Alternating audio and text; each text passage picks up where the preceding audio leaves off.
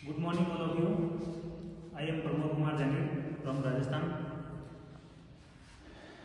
आज अपन ब्रह्मपुत्र नदी तंत्र के बारे में पढ़ेंगे कि ब्रह्मपुत्र नदी किस प्रकार से विश्व की सबसे बड़ी नदियों में से एक नदी है और अंत में विश्व का जो सबसे बड़ा नदी डेल्टा बनता है, वो डेल्टा भी ब्रह्मपुत्र नदी के द्वारा बनाया जाता है।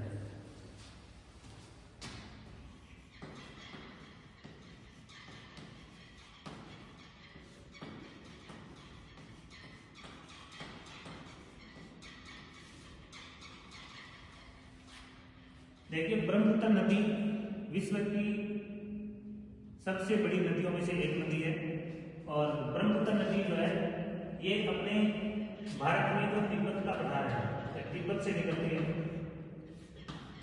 तिब्बत से इसका उद्गम होता है।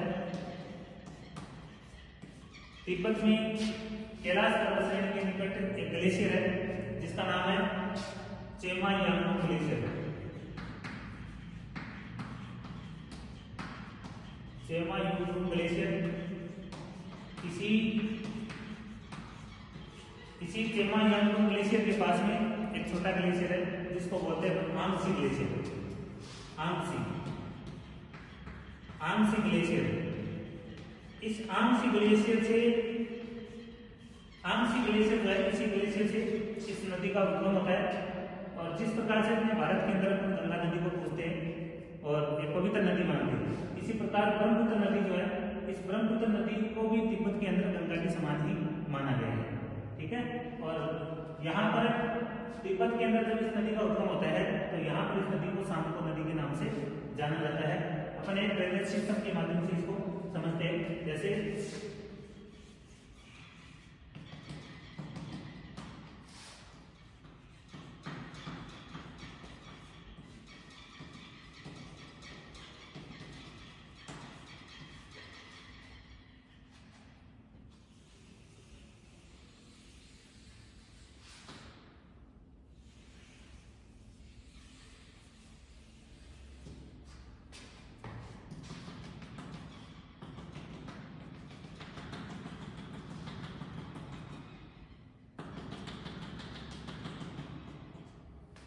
ये ब्रह्मपुत्र नदी उद्गम स्थल पर इस नदी को सांगपो नदी के नाम से जानते हैं। सांगपो नदी कहने का मतलब ये है कि तिब्बत के अंदर इस नदी को सांगपो नदी, मतलब ये एक अपने आप शुद्ध होने वाली नदी, शुद्ध नदी के समान इसको मानते हैं। जैसे अपन गंगा की पूजा करते हैं, इसी प्रकार तिब्बत के अंदर इस नदी की पूजा होती है। सांगपो नदी अपने उद्गम स्थल से पूर्व दिशा के अंदर प्रवाहित होती है। यहां से प्रवाहित होने के बाद में यहाँ पर भारत के अंदर अरुणाचल प्रदेश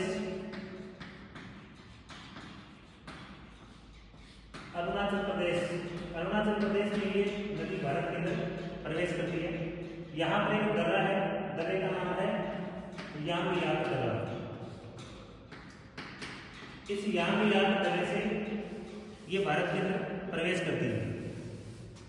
आपको बताना चाहूंगा कि ये जो नदी है, इस नदी का प्रवेश भारत में जहां पर होता है, यहाँ पर एक पर्वत है जिसको अपन बोलते हैं नामचा बरुआ।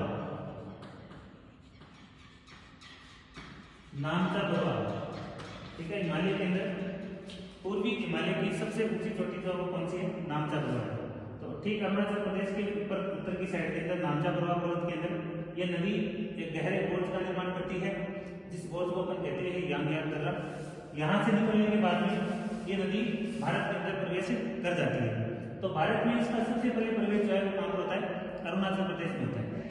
भारत में जैसे ही नदी अरुणाचल प्रदेश से प्रवेश करेगी, यहाँ पर इसके अंदर एक नदी आगे और मिलती है जिसको कहते हैं अपन दिहांग नदी, या इसको दिबांग नदी भी कहा जाता है। दिबांग नदी, ठीक है, तो ये इसकी सहायक नदी है।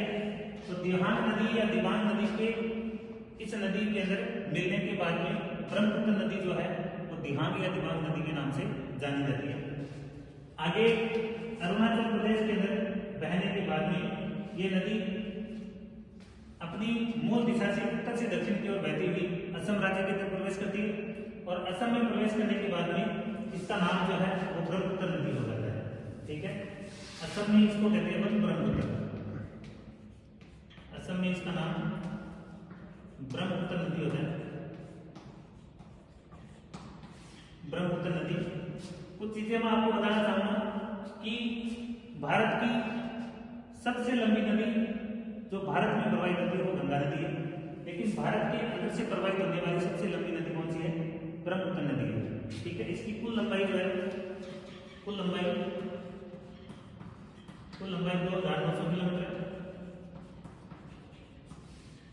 तो भारत में गुजरने वाली नदियों में से सबसे लंबी नदी ब्रह्मपुत्र है, लेकिन गंगा नदी का उद्गम भी भारत से होता है और इसका अंत भी कहाँ पर होता है? भारत के अंत में डेल्टा जो सुंदरवन का डेल्टा वहां पर होता है।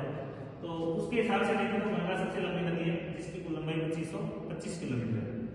लेकिन प्रवाह की दृष्टि से अगर अपन देखें तो ब्रह्मपुत्र नदी भारत की सबसे लंबी नदी है जिससे भारत से गुजर रही है। यहाँ से भारत के अंदर इसकी लंबाई जो है कुल लंबाई भारत में कुल लंबाई इसकी लगभग 916 किलोमीटर है। 916 किलोमीटर है भारत की लंबाई 916 किलोमीटर है। दूसरी बात एक और जो इम्पोर्टेंट बात है वो ये है कि ब्रह्मपुत्र नदी जो है ये भारत की सबसे चौड़ी नदी है। भारत की सबसे चौड़ी नदी, सबसे चौड़ी नदी है। दूसरा प्रश्न है भारत की सबसे चौड़ी नदी कौन सी है? ब्रह्मपुत्र नदी। कई जगह जो है ये नदी जो है इसकी चौड़ाई लगभग 10 किलोमीटर तक हो जाती है, लेकिन एवरेज चौड़ाई की बात करूं तो लगभग 5 किलोमीटर के आसपास है। तो सबसे चौड़ी नदी भी है। दूसरी बात सबसे गहरी नदी कौन सी अपनी? ब्रह्मपुत्र नदी है सबसे गहरी नदी। तो चौड़ाई की अगर हम बात करें तो असम राज्य के अंदर जो है इस नदी की चौड़ाई बहुत ज्यादा हो जाती है। कई जगह जो इसकी चौड़ाई 10-11 किलोमीटर के आसपास हो जाती है और जहां पर इस नदी की चौड़ाई 10 या 11 किलोमीटर होती है उसी जगह एक द्वीप है इस नदी पर, एक द्वीप है, बड़ा द्वीप है जिसको कहते हैं माजुली द्वीप। माजुली द्वीप, माजुली द्वीप जो है विश्व का सबसे बड़ा नदी द्वीप है जो इसी ब्रह्मपुत्र नदी पर बना हुआ है। ठीक है, तो माजुली द्वीप वाले क्षेत्र के अंदर नदी का पानी काफी चौड़ाई में फैला रहता है जिसकी वजह से इस नदी को भारत की सबसे चौड़ी नदी में कहा जाता है। माजुली द्वीप आ गया। फिर यहाँ पर एक जगह है सादिया या सदिया जिसको कहते हैं सदिया, और एक जगह यहाँ पर धुबरी। सदिया से धुबरी के बीच में ये जो दूरी है वो लगभग है 891 किलोमीटर। सदिया से धुबरी के बीच में दूरी कितनी है? 891 किलोमीटर। और इसी सदिया से धुबरी के बीच में भारत का राष्ट्रीय जलमार्ग है। भारत का राष्ट्रीय जलमार्ग संख्या 2, जलमार्ग संख्या 2। भारत का राष्ट्रीय जलमार्ग संख्या 2 ब्रह्मपुत्र नदी पर सादिया से लेकर धुबरी के बीच में टोटल लंबाई कितनी इसकी? 891 किलोमीटर। धुबरी के बीच में टोटल लंबाई कितनी इसकी? 891 किलोमीटर।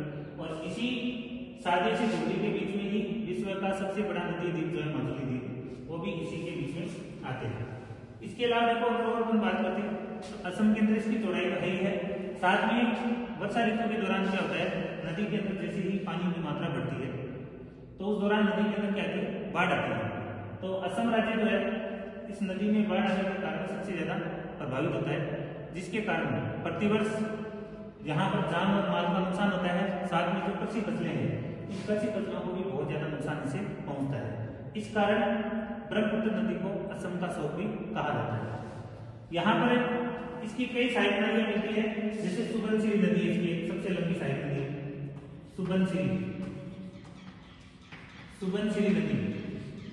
सुबनसिरी नदी है एक इसकी सहायक नदी है। कपिली नदी एक इसकी सहायक नदी है। मानस नदी एक सहायक नदी है इसकी। तीस्ता नदी तीस्ता नदी एक इम्पोर्टेंट साइड नदी है। किसी जमाने के अंदर कई सालों पहले जो है तीस्ता नदी गंगा की साइड नदी हुआ करती थी, लेकिन वर्तमान समय के अंदर तीस्ता नदी किसकी साइड नदी है? ब्रह्मपुत्र नदी की साइड नदी है, क्योंकि इस नदी के मार्ग में कोई अवरोध वगैरह, कोई उत्थान या निमंजन हुआ, उसकी वजह से ये नदी जो है, इस नदी ने अपना रास्ता बदल दिया। रास्ता बदलने के कारण वर्तमान समय के अंदर तीस्ता नदी जो है वो ब्रह्मपुत्र में जाकर मिलती है, बांग्लादेश में जाकर मिलती है ब्रह्मपुत्र के अंदर। और अगर अपन बात करें ब्रह्मपुत्र नदी के बारे में, तो भारत का एक राष्ट्रीय पार्क है, एक सींग के गेंडे के लिए, एक सींग के गेंडे के लिए फेमस है काजीरंगा राष्ट्रीय पार्क। काजीरंगा राष्ट्रीय पार्क वो भी इसी नदी के किनारे पर है। काजीरंगा राष्ट्रीय पार्क इसी नदी के किनारे पर है। और ये जो है एक सींग का जो गेंडा है, इसके लिए फेमस है। एक सींग का गेंडा भारत के किसी राष्ट्रीय पार्क के अंदर बहुत सारे मिलेंगे अपने। और अगर अपन बात करें तो यहाँ पर ये जो मानस नदी है, इसके किनारे पर एक राष्ट्रीय पार्क हो रहा है, जिसको अपन कहते हैं मानस राष्ट्रीय पार्क। मानस राष्ट्रीय पार्क, ठीक है। इसी की साइड नदी और भी जैसे संकोच नदी इसकी साइड नदी है। तो इस प्रकार से ये ब्रह्मपुत्र नदी का तंत्र भारत के अंदर फैला हुआ है। आगे जैसे ही नदी बांग्लादेश में प्रवेश करती है, ठीक है ना, डुबरी के बाद में बांग्लादेश में चली जाती है। बांग्लादेश में जाने के बाद में इस नदी का नाम है वो चेंज हो जाता है। जैसे ही बांग्लादेश में प्रवेश करती है तो इसका नाम जो हो जाता है जमुना नदी। जमुना नदी, बांग्लादेश में इस नदी को जमुना नदी के नाम से जानते हैं।